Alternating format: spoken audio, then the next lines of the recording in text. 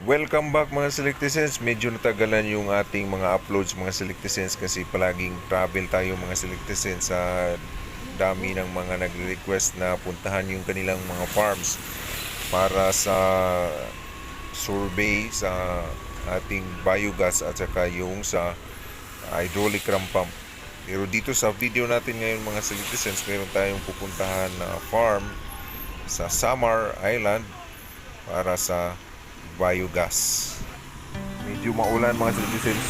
Ayan, dadaan tayo ngayon mga Selecticens dito sa Juanico Bridge mga Selecticens.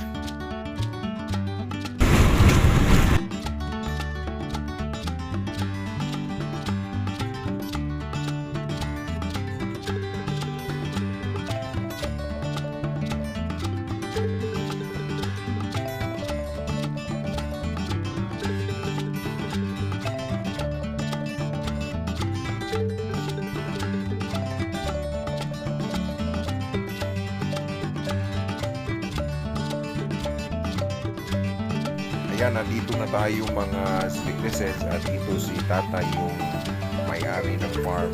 Sa kaliwa yung kanyang rice farm at pupuntahan natin yung kanyang coconut farm na meron doon ginagawang piggery.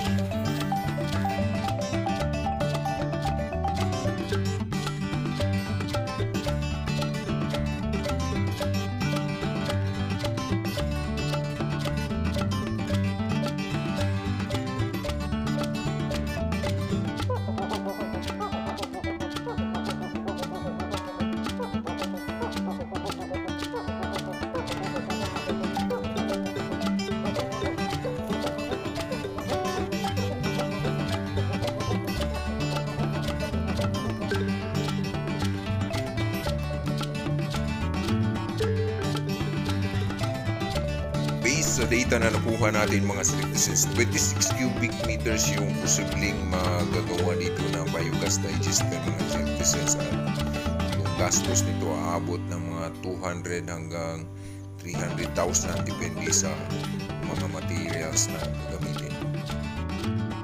So ayan mga Selecticens, pauwi na tayo at andito na naman tayo sa San Juanico Bridge, sa kabilang side na naman tayo. At salamat sa mga Selecticens sa inyong patuloy na pagsubaybay sa ating mga videos at mga updates ng mga technologies. At hanggang sa muli mga Selecticens.